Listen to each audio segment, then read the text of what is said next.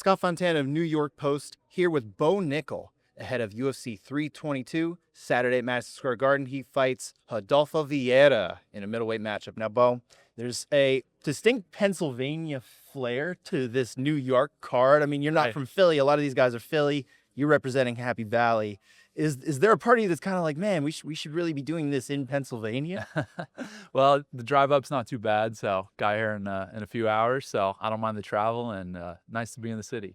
Now, you and I spoke a year ago ahead of your first Madison Square Garden fight. This was your first time competing at the Garden since that 2016 setback, Yep. the semifinals loss, of course. Right. You were able to create a much happier memory, individually speaking, of course. Right. You guys won that year, but individually, you have a much better memory here. So Yep. what's it kind of like as far as your relationship now with Madison Square Garden in your head? Feeling better, got a little bit of momentum, so yeah, I mean, anytime you can compete in an arena like MSG, it's an unbelievable opportunity, so I'm just pumped about it, and yeah, excited to be back. Now, of course, clearly the goal was to get the victory. Mission accomplished. It was not the most well received by the fans in the arena Right. that night. And obviously, again, I think your goal is to get those 2 checks to move the career forward, right? Right. But is there a part of you that kind of like feels any differently about the way you're trying to fight based on that reaction at the Garden? No, not at all. For me, it's about doing what I've trained to do out there, and just really focusing on that. And so, however the fight goes is how the fight goes, and however people receive it is up to them. So for me, it's just about putting on the best performance that I can, and performing up to my capabilities. And again, I kind of referenced that loss 9 years ago, right? Because that was your first NCAA tournament loss, your only one, because you ended up winning 3 championships after that. Right. You're coming off, of course, the first MMA loss of your pro career, Reinier De Ridder. What did you kind of learn as far as the way you deal with setbacks, maybe from that first time at the Garden Yeah. compared to this time in a very public way as Right. well? Yeah, I mean, I think that for me, setbacks are part of life, and I think for anybody. But yeah, it's nothing new to me. As you mentioned, I've lost in the national finals, lost in Olympic trials finals. They're experience that I've had that I can look back on with gratitude. And I feel like this last fight, it was, it's never fun to lose. And of course, you want to win every single time you step out to compete. But I think I learned a lot from that experience, and I'm grateful for it. And I think mentally I was able to deal with it well because I've already experienced that many times. So, wasn't really a blow to my confidence. I feel like I just got to keep working and improving and getting better. Is there like a kind of a, for lack of a better term, stages of grief that you kind of go through when you go through that process? And how much is that different now based on from when you were, I mean, you were probably what, 18, 19 Yeah. at that point? Yeah. Yeah, it's definitely different. I mean, you of course go through, frustration and, a little bit of embarrassment. And I think that, when I was younger and I'd lose, I'd get very depressed and feel like, my life was over and, everything was riding on this one moment. But as you get older, you learn that it's really not the way the things work. And so, I feel like I was able to refocus quickly and really just use that as motivation. We were talking about your son before this too, of course, Ace. And Yeah. I mean, does fatherhood, just kind of that give you a little bit more perspective and patience and maybe with yourself and that kind of thing? Yeah. No, I think that for me, I love fighting, and it's something I'm super passionate about and excited to do every day. But being a dad and a husband is like the most important thing in my life, and I think where I can make the most impact. So, I try to prioritize, my family over everything for sure. Now, RDR, when he entered that fight against you, I mean, he'd accomplished a lot outside of the UFC, about as much as you kind of can outside of that realm, right? Since then, he, obviously he's coming off a setback himself, but he's positioned himself as one of the top middleweights in the world, really, at this point. So maybe does that kind of age that loss a little bit better? Do you kind of look at that in any different way based on kind of like, hey, look, this is someone who really was at that level this year. This is where I'm at relative to that. Yeah, I mean, I think I overlooked him maybe a little bit going into the fight. I would say it wasn't necessarily that I overlooked him. It was just more of like a uncertainty of how good he was, and we've seen him compete on a really high level since then. And suffered a setback in his last fight, but that's just how crazy the sport is. You got to go out there and perform every single time to be able to win and compete at the highest level and be consistent. So I think that when I look back, I want to compete against the best guys in the world, and it's clear that he's definitely up there. I know you took a pretty hefty break from social media in the last like year or so, or at least since that fight, right? I'm sure that's been good for your mental health, Yeah. as it can be for everybody, right? But I don't know if you heard about this or missed this, but Ronda Rousey was kind of talking recently about the fickle nature of MMA fans, Mm. right? Like when you're winning, you're hot and everyone Right. loves you. The moment you lose, they're kind of tired of you. Yeah. Do you feel like that there has been any sort of that element at play for you in particular? Because you're, of course, a very visible figure as a prospect in the sport.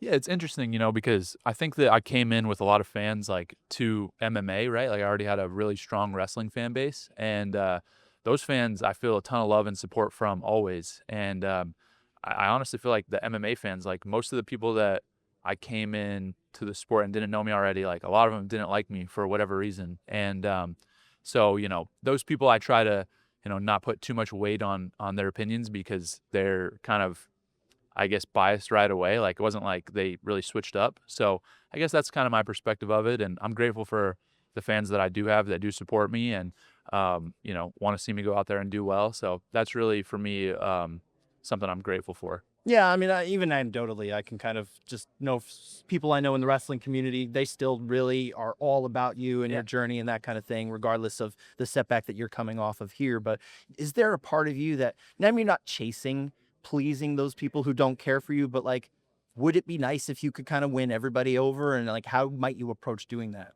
Yeah, I mean, of course, it would be great if everybody loved you and everything was good and everybody wanted you to win, but that's not really reality. It's not how the world works for anyone. And so, for me, I don't really care. I think that people that don't like me, that's fine. And I think initially going into my career, I was used to like being a fan favorite and having everybody love me all the time. And I've, I guess, grown to not really to really, I guess, let go of that and not really care too much because the people's opinions of you are going to be what they are. And, I'm not super worried about changing that. I'm really just worried about getting better and improving. And I think that everybody's living their life and trying to do their best. So, I'm focused on myself and uh, can't really control what others say or think or feel. And obviously, there is something you can control this weekend. You've got this fight, chance to bounce back, get Yeah. yourself back in the winning column against Rodolfo Vieira here. Obviously, he is a grappler, a standout world-class grappler. Yep.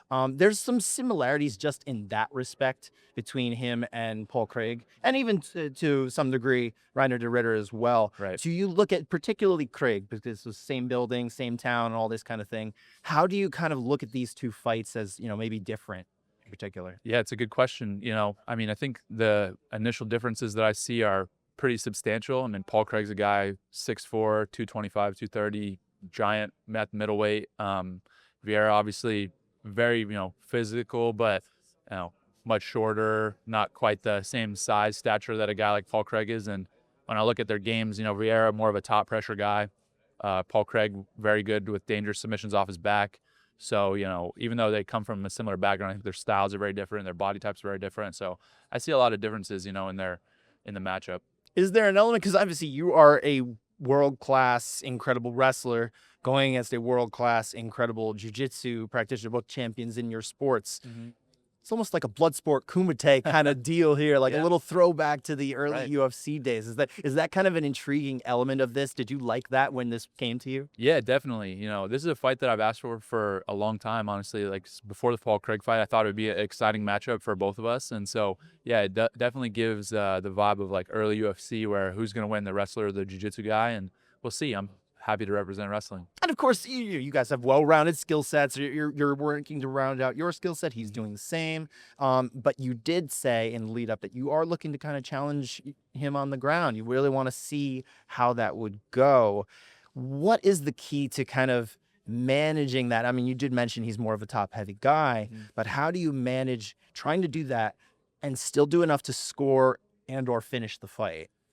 Yeah, I mean, I think that coming in with the mindset to win the fight and to do as much damage as I can is really what I've focused on in training. And I think that um, a big lesson from my last fight is how important the distinction between like what scores and what's valuable in like a wrestling match versus a fight, right? Like wrestling more about control. I felt like in my last fight I was able to do a lot of control as far as like holding De Ridder on the cage and things like that, but it's not really what is effective in a fight. And so I think that going into the fight, it's just I'm gonna obviously focus on winning every position, every situation, and doing as much damage as I can. Right, and we saw an example of that last month, that heavyweight fight with Jalton Almeida, Alexander Volkov. He's getting these takedowns, right, but he's not doing enough damage. Was that kind of an eye-opening moment for you, or did you kind of already expect that to go that way?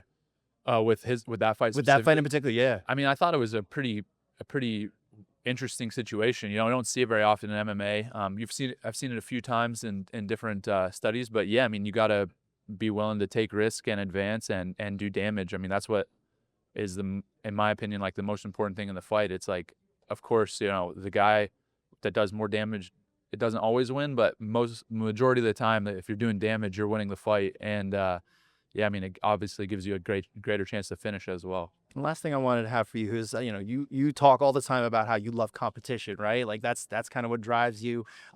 You've only been able to fight kind of twice a year at this UFC cadence. Obviously, you're getting to mix it in a little bit more with real American wrestling freestyle, excuse me. Yep. And there's probably an element of that. But how much are you kind of looking at maybe 2026 and saying, God, I'd love to fit 3, even 4 fights in? Yeah, I mean, I think at this point in my career, I'd love to fight as much as possible, and string some fights back to back, and we'll see what we can do. It's really tough in MMA and the UFC to plan too far ahead, right? So I'm focused on this weekend, but once we take care of business this weekend, we'll move forward and hopefully lining up another one quickly. But I do know you are looking at that White House card, right? That's Yeah. obviously a priority. Is that something that could interfere with you wanting to get another fight, or Yeah, potentially. Yeah. I've thought about it a little bit, and it's like, kind of in a situation where, that's a huge opportunity and something that's going to be historic. So obviously I want to be on that card and going to do what I need to do to make that happen. And, getting another fight in between now and then would be great, but we'll see.